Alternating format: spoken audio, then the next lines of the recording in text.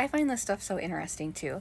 And I think that, like, your video where you were saying that you had kind of a neglectful parent and a smothering parent can kind of really make it make sense why, like, you experience disorganized in the way that you do. But my, like, parent situation was different, and I suspect that explains why my avoidance and anxious attachment combination is a little bit different. But to briefly answer your question, my husband is not securely attached. I believe he would be considered disorganized as well, but we, like him and I, have variations in our attachment styles as well, so I'll explain that in a second. But I think, like, the biggest difference from what you described is I didn't have a smothering parent at all. I think I was really widely emotionally neglected, like, across the board. And then on top of that, I had a couple of experiences where, even though I had never had emotional support, I was having some, like, really difficult experiences that made me desperate enough to try to seek emotional support. Like, I really, really needed help, to the point of pushing through all of my anxiety that's telling me, like, you can't ask for help, like, this isn't how this relationship works. And I tried anyway, and then was, like, dismissed, and like, at a time where I, like, really, really, really needed support. And so that just kind of taught me that if you do risk that vulnerability, you'll just get hurt worse. So it's easier to just, like, tolerate neglect, basically, than to try to have your needs met by speaking up about the fact that you have this unmet need. And so I think that plays into why I have this combination of being, like, anxious in the sense that I really, really desire closeness, because I never had it from, like, my parents growing up. And so once I started dating my now husband, when I was, like, in my late teens, and he, like, saw me and accepted me and wanted to hear about my feelings and wanted to support me and, like, truly be close to me on an emotional level, that felt absolutely amazing, to have this lifelong unmet need start to be met.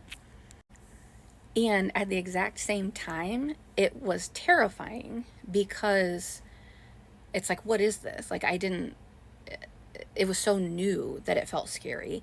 And I had those previous experiences of, when you do try to be really vulnerable with somebody, you might just be, like, kind of asking for more trauma, because they're just going to reject you now that they have access to this, like, really vulnerable piece of you. And my husband and I have been together 17 years now, so I largely know from experience that, like, he's not going to reject me. But I guess it's just that whole thing of, like, your whole childhood of being neglected, and not having, like, deep emotional relationships with anybody. My brain still thinks, like, what are you doing? Like, pouring your heart out to this guy, like, you're just going to get hurt. It just hasn't happened yet. And so that's always the struggle, is I want him to know everything about me and to be really close to me. And to a big part of my brain, it's like, this is dangerous. What are we doing? And as I said, he also has elements of both anxious and avoidant attachment.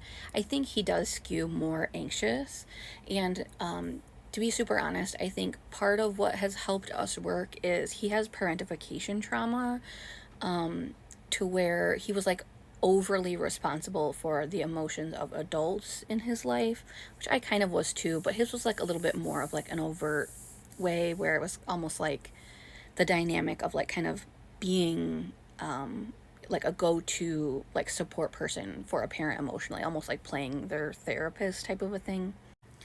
So anyway, he is really wired to deeply, deeply want to meet my needs and to be really in tune with my mood and my emotions. So a lot of times, like, especially when we were, like, earlier dating, but even now, he'll say, like, you feel distant, or I can tell you're kind of shut down, or I can tell there's, like, a wall going up. And I won't even be aware, when he first says that I'm starting to kind of go into avoidance, like emotional avoidance, and kind of put that wall up. But he notices it right away. And so him just handling that so like gently and safely, where he essentially just like points out to me that like he wants us to stay close and that he can feel that I'm starting to distance myself, kind of helps that part of my brain that starts to like be avoidant go like, oh right, like he's actually safe and I am just kind of like needlessly pushing him away. And so that helps me to catch my own behavior. And yeah, I think most of the time he's in more of an anxious attachment place, but where avoidance comes in for him is more like rejection sensitivity. And